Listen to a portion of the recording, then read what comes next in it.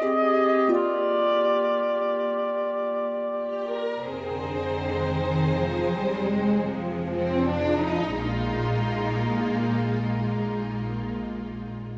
주일 동안 안녕들 하셨습니까? 행복한 감사기도 진행하고 있는 최학선입니다. 행복한 감사기도 11번째 시간입니다. 먼저 제가 기도하고 시작하겠습니다. 하나님 아버지 감사합니다. 오늘도 행복한 감사기도의 시간을 허락해 주시니 감사합니다. 이 어려운 시간을 보내면서도 감사의 기도를 할 수 있게 해주셔서 감사합니다. 이 시간을 통해 감사와 기도의 참뜻을 깨닫고 이 어려운 시기에도 불구하고 감사로 극복할 수 있도록 인도하여 주시옵소서. 아버지 하나님, 오늘은 마음의 상처와 감사에 대해서 알아보는 시간을 가지려고 합니다. 매일의 삶 속에서 아버지가 주시는 은혜와 감사를 발견하게 하시고 감사로 마음의 상처들을 치유할 수 있는 아름다운 시간이 되도록 도와주시옵소서. 예수 그리스도의 이름으로 기도하옵나이다. 아멘. 오늘 행복한 감사기도의 제목은 마음의 상처와 감사입니다. 오늘 성경 말씀은 이사야 53장 3절에서 5절입니다. 그는 멸시를 받아 사람들에게 버림받았으며 간고를 많이 겪으며 질고를 아는 자라. 마치 사람들이 그에게서 얼굴을 가리는 것 같이 멸시를 당하였고 우리도 그를 귀히 여기지 아니하였도다. 그는 실로 우리의 질고를 지고 우리의 슬픔을 당하였거든. 우리는 생각하기를 그는 징벌을 받아 하나님께 맞으며 고난을 당한다 하였노라. 그가 찔림은 우리의 허물 때문이요 그가 상함은 우리의 죄악 때문이라. 그가 징계를 받음으로 우리는 평화를 누리고 그가 채찍을 맞음으로 우리는 나음을 받았도다. 오늘 나눌 제목 마음의 상처와 감사의 결론부터 말씀드리면 우리가 마음의 상처와 고통을 당할 때 내 쪽만 보지 말고 십자가에 달리신 예수 그리스도께 그 겪으신 더 커다란 고난을 생각해 보자는 것입니다. 그것이 우리의 마음의 상처를 치유할 수 있는 유일한 길임을 먼저 말씀드립니다. 그가 찔림은 우리의 허물 때문이요 그가 상함은 우리의 죄악 때문이라. 그가 징계를 받음으로 우리는 평안을 누리고 그가 채찍을 맞음으로 우리는 나음을 받았도다. 그 십자가는 내가 마주한 나만의 고통의 면전에서도 궁극적으로 돌아서지 않고 하나님을 향해 나갈 수 있도록 하기에 충분하며 나의 이 큰 아픔과 고통이 십자가 아래서는 한없이 작아지고 부끄럽게까지 느껴지기에 충분한 십자가라는 것입니다.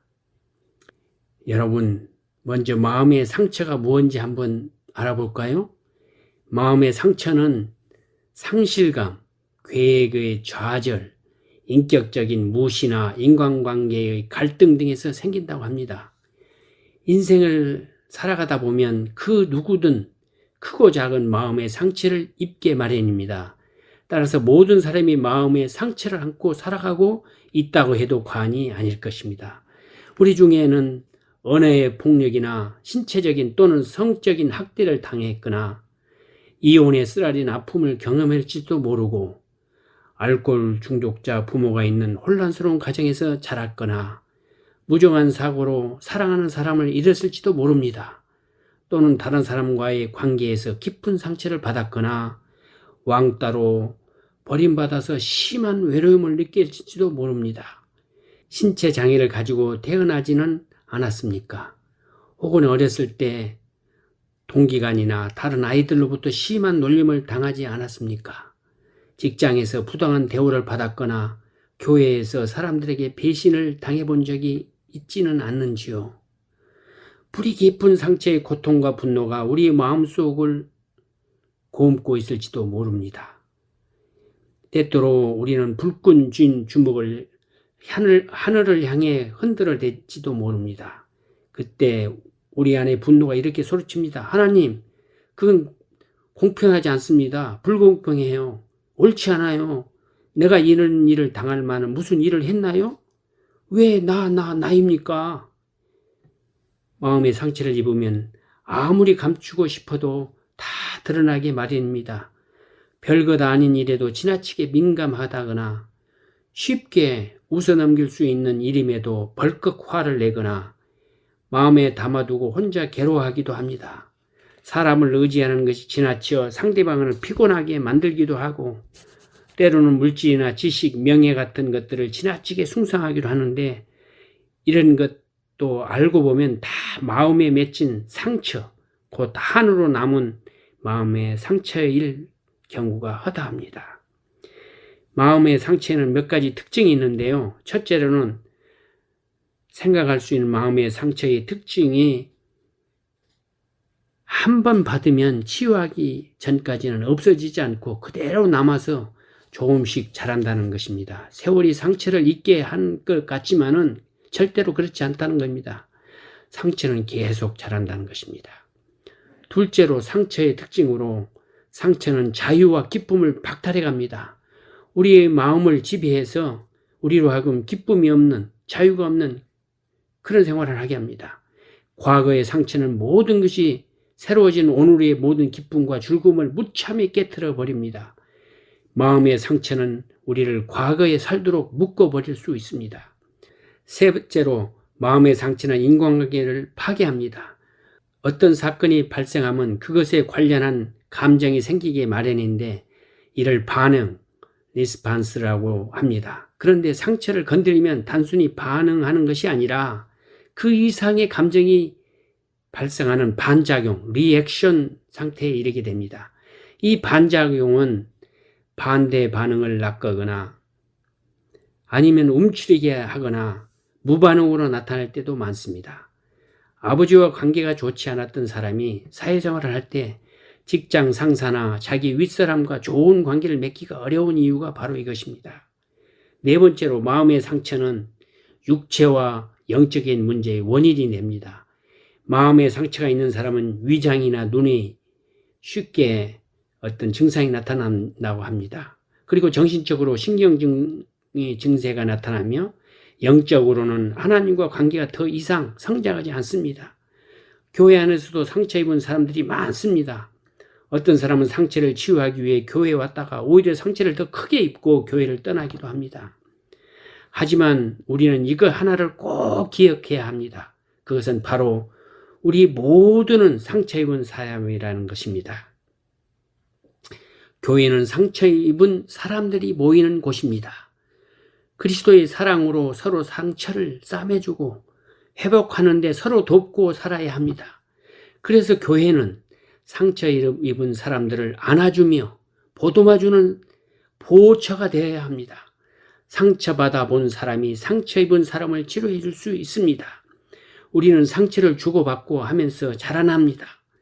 상처를 너무 부정적으로 대하지 말고 성수고 한 과정으로 이해하는 것이 필요합니다. 가정에서 부모와 형제 자매가 함께 지내다 보면 원하지 않게 서로에게 보이지 않는 상처를 주고받을 때가 있습니다.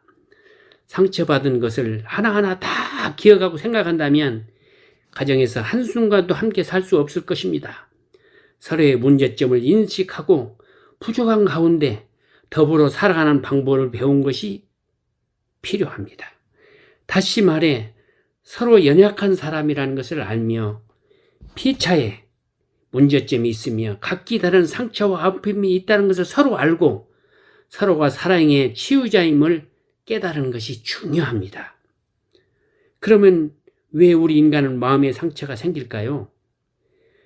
우리가 마음의 상처를 입게 된 것은 인간의 마음에 죄가 들어옴으로써 하나로 된 마음이 둘로 쪼개진 때문입니다. 죄가 아담의 마음에 침투하자 인간의 탁월했던 성품은 변질되고 부패했습니다. 지혜와 거룩과 의와 진실은 파괴되었습니다. 그리고 무지와 무기력과 불의와 허영만 가득 찼습니다. 성경은 죄로 인해 인간의 본성이 얼마나 부패했는가를 단적으로 말해주고 있습니다. 로마서 3장 10절부터 18절입니다. 기록된 바 의인은 하나도 기록된 바 의인은 없나니 하나도 없으며 깨닫는 자도 없고 하나님을 찾는 자도 없고 다 치우쳐 함께 무익하게 되고 선을 행하는 자는 없나니 하나도 없도다. 그들이 목구멍은 열린 무덤이요 그 혀로는 속임을 일삼으며 그 입술에는 독사의 독이 있고 그 입에는 저주와 악독이 가득하고 그 발은 피 흘리는데 빠른지라 파멸과 고성이 그 길에 있고 평강의 길을 알지 못하였고 그들의 눈앞에 하나님을 두려워함이 없음이라 함과 같으니라. 죄로 인해 하나님으로부터 분리되자 인간들은 불안감과 열등감에 휩싸이게 되었습니다. 그리고 그 불안감과 열등감을 감추고 보충하기 위해 애쓰게 됩니다. 그렇게 불안감, 열등감이 있는 사람들끼리 모여 살다 보니 2차적으로 서로에게 많은 상처를 주고받게 된다는 것입니다. 특히 굶주린 마음과 버림받은 마음이 욕심을 일으킵니다. 버림받은 마음 속에 있는 마음이 허기와 두려움, 불신, 불안, 열등감 등을 채우고 보호받기 위해 욕심을 갖게 됩니다. 또한 굶주린 마음 때문에 일용할 양식 외의 것을 요구하게 되었습니다. 이런 욕심이 죄의 뿌리가 되어 인간은 계속 죄를 범하게 되게 되었습니다. 따라서 상한 마음을 해결하지 않으면 채워지지 않는 굶주림 때문에 계속 세상으로부터 유혹을 받고 세상 것으로 욕심을 채우려다 하다 보니 죄가 생기는 것입니다. 이때 발생되는 것이 상처로 우리를 힘들게 하지요.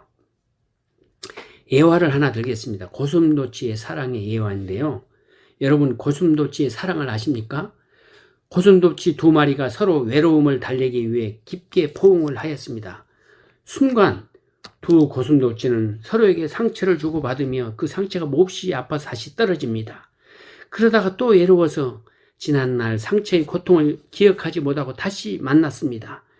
역시 서로의 날카로운 가시가 상대의 여리고 부드러운 맨살에 상처를 남기고 말았습니다. 결국 둘은 아픔을 견디지 못해 떨어졌습니다. 아동 작가인 톤 텔레헨이 쓴 고슴도치의 소원이라는 동화가 있습니다. 여기에 나온 주인공인 고슴도치는 자신의 가시 때문에 걱정을 하며 외롭게 지내고 있는 동물이었습니다. 어느 날 외로운 고슴도치는 용기를 내보기로 하였습니다. 동물들을 자기 집으로 초대하기로 하였습니다. 그래서 초대장을 적기 시작한 고슴도치는 편지를 썼습니다. 그때 쓰다가 지우다 반복을 계속합니다. 결국 다 완성하지 말고 서랍 속에 편지를 넣고 걱정에 빠지기 시작합니다. 다 같이 몰려와서 춤을 추자고 하면 어떻게 하지? 내 가시만 보고 무서워하면 어떻게 하지? 입맛에 맞지 않는 케이크를 준비하면 어떻게 하지? 나와 노는 것이 즐겁지 않다고 하면 어떻게 하지? 그러다 결국 혼자 있는 것이 더 좋을 게 아닐까 생각하게 됩니다.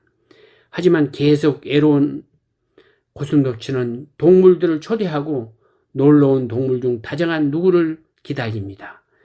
고슴도치는 과연 다정한 누구를 만날 수 있을까요?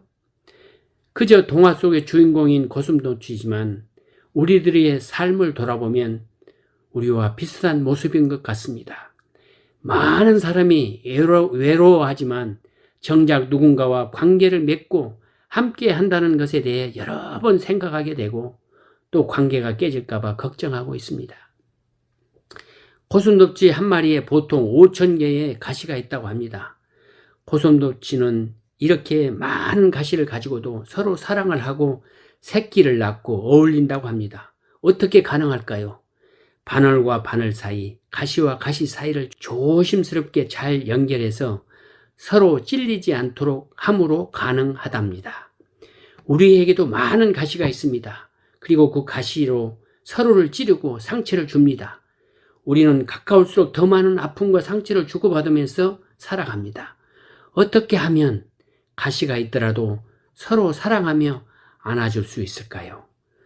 고슴도치처럼 조심조심 서로를 살피고 아끼고 이해하며 아프지 않게 말하고 양보하면 되지 않겠습니까? 그러면 아픔을 안고도 사랑할 수 있을 것입니다. 사랑의 시작은 바로 배려입니다. 나보다는 상대를 더욱 살피는 것입니다. 찬송가 하나 듣고 다시 시작하겠습니다. 오늘 찬송은 나의 마음의 근신 구름 83장입니다.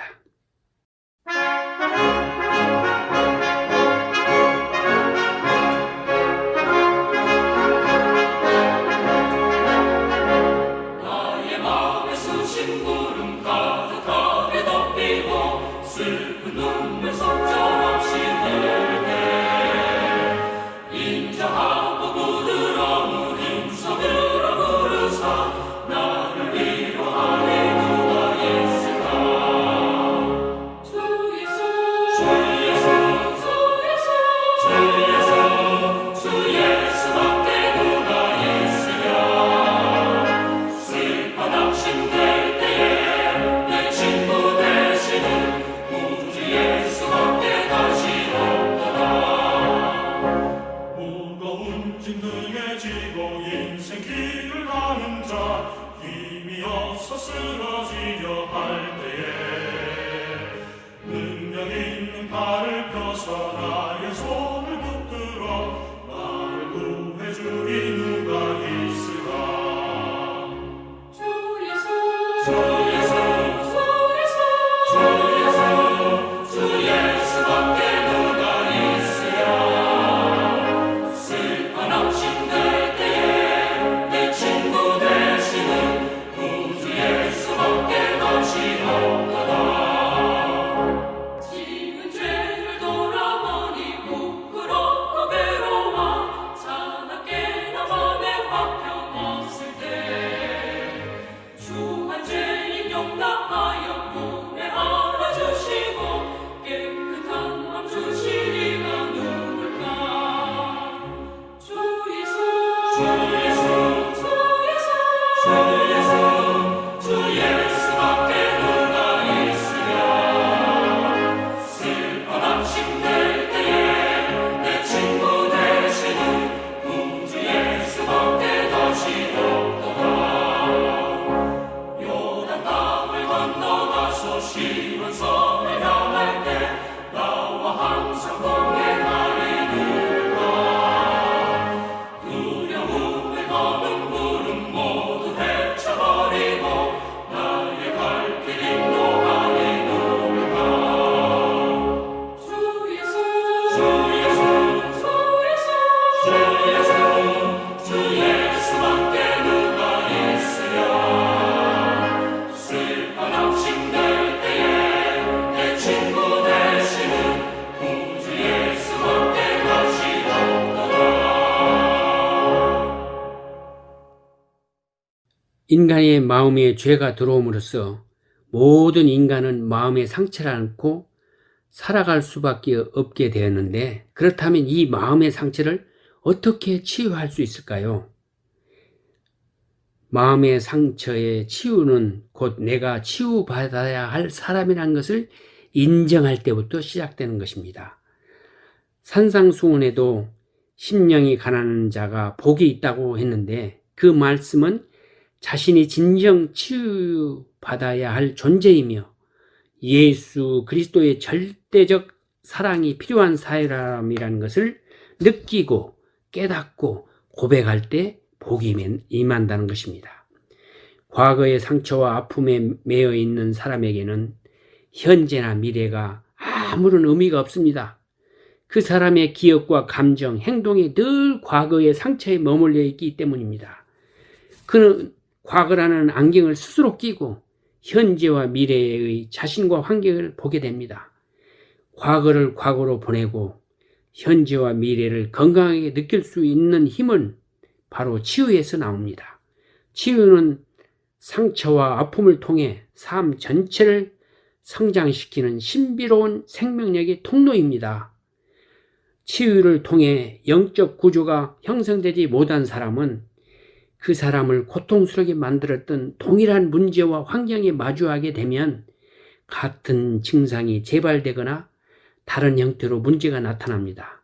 그런데 반면에 치유를 통해서 영적인 구조가 형성된 사람은 건강한 심리적 사고와 자세를 지니게 되고 자신에게 상처를 주었던 동일하거나 비슷한 환경을 만나게 되면 자신의 변화와 더불어 그 구조를 바꾸는 힘을 갖게 됩니다. 이것은 치유를 통한 건강한 영적, 심리적인 관점을 가지게 되는 의미입니다. 치유란 하나님과 자신과 이웃, 그리고 환경과 자신의 경험을 새롭게 이해하고 해석하는 관점의 변화입니다. 여기서 관점이란 현실을 정확하고 바르게 이해하는 것입니다. 그렇다면 우리가 깨달아야 할 가장 중요한 현실은 무엇입니까? 무엇보다도 우리는 하나님의 창조물이며 범죄로 인하여 타락한 존재라는 것을 깨닫는 것이 중요합니다. 그러나 우리가 죄인이었을 때에 하나님은 독생자 예수 그리스도를 우리의 죄를 인하여 십자가에 내주셨어서 우리를 죄에서 자유케 하셨고 우리를 향하는 사랑을 나타내셨습니다. 우리 인간은 범죄하여 심판을 받고 버림을 받아야 할 가치없는 존재였지만 예수 그리스도로 인하여 존귀한 존재가 되었다는 것입니다.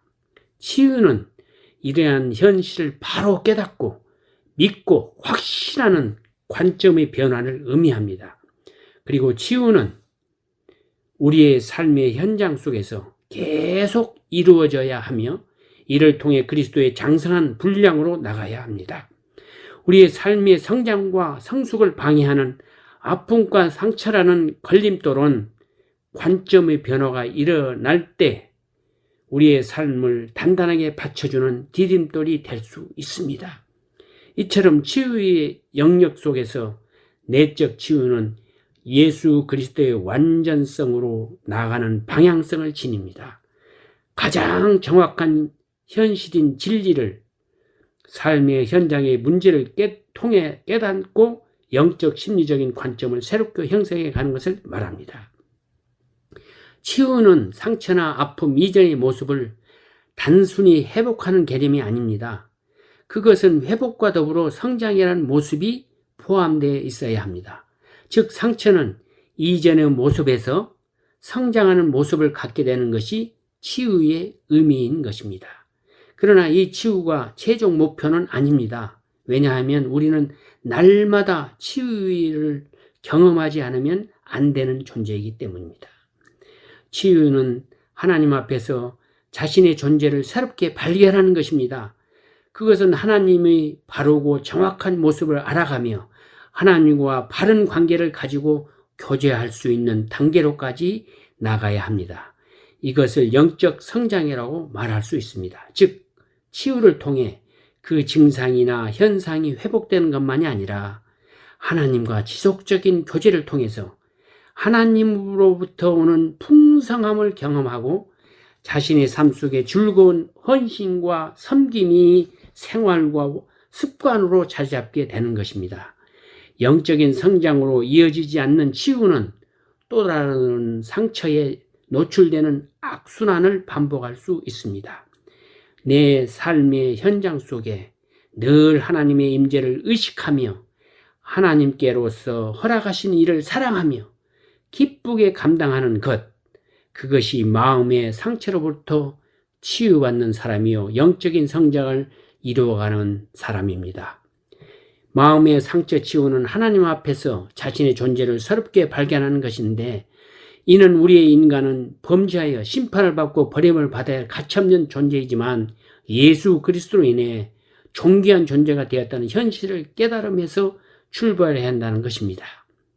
좀 더 구체적으로 상처를 극복하는 방법을 한번 살펴본다면 마음의 상처를 치유하는 진정한 길은 상처를 십자가로 가져가는 것입니다.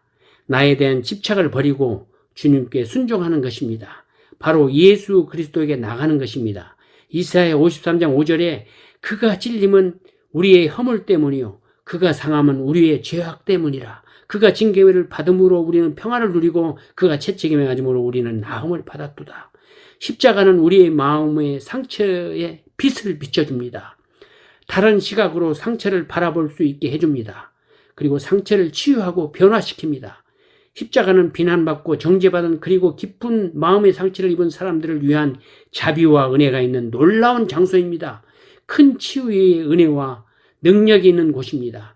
주님께서 십자가에서 자신의 상처로 우리의 상처를 어루만져 치료하십니다. 그것은 용서와 치유, 구원과 자유, 자비와 은혜의 장소입니다. 그분의 상함으로 우리는 나음을 입은 것입니다. 상처를 십자가 아래로 가져가는 그 길은 부정이 아닌 수용의 길이며 숨김이 아니라 대면을 의미합니다. 또 분개심이 아니라 값비싼 용서를, 안갚음을 아니라 부당한 고난을 당하는 길을 의미합니다. 우리가 걸어가야 하는 십자가의 길은 사람들이 잘 선택하지 않는 길입니다. 그 길은 너무나 험준하고 목적지는 너무나 멀어 보입니다. 갈보리산이라 불리는 언덕을 오르는 길은 우리가 상상했던 것보다 더 가파르고 더 많은 수고가 요구됩니다. 비틀거리는 때가 많더라도 참을성 있게 그 길을 계속 가면 기뻐할 만한 사실을 발견하게 되실 것입니다. 마침내 십자가에 도달했을 때만이 아니라 그 길을 가는 내내 자비와 은혜가 임한다는 사실을 여러분이 체험하실 것입니다.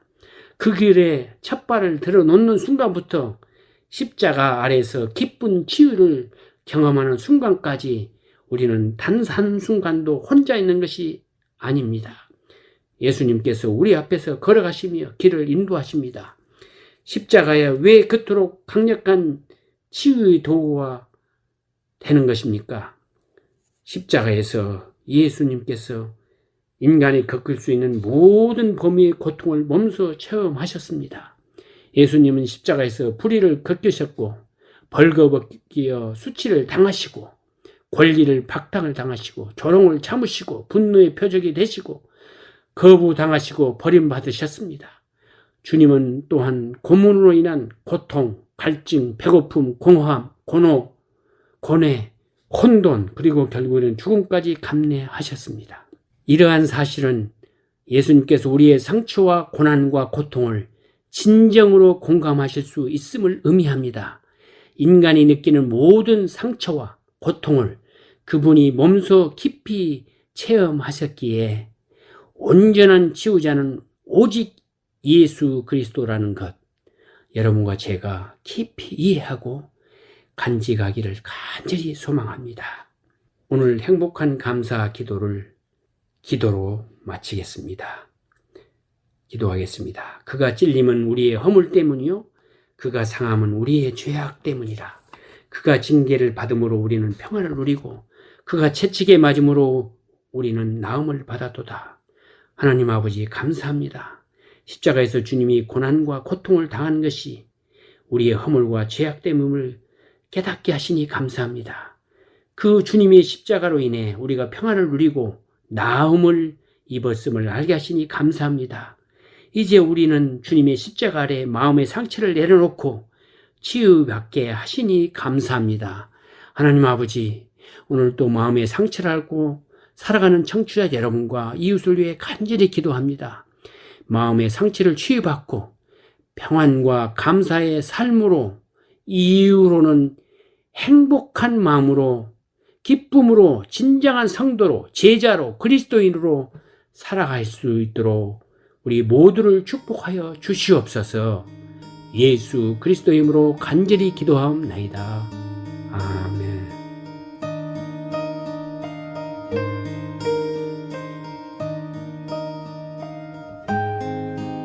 네, 행복한 감사 기도와 감사 운동에 대해서 알고 싶으신 분은 꼭 연락 주시길 바랍니다. 감사에 관한 질문이나 의견 등 그 어떤 것도 좋습니다. 감사학교 프로그램도 진행하고 있는데요. 관심 있는 교회와 성도 또 단체와 기업은 연락 주시기를 바랍니다. 연락처는 최학선 선교사님 714-392-3229 714-392-3229번 또는 이메일 주소 ddschoi@hotmail.com입니다.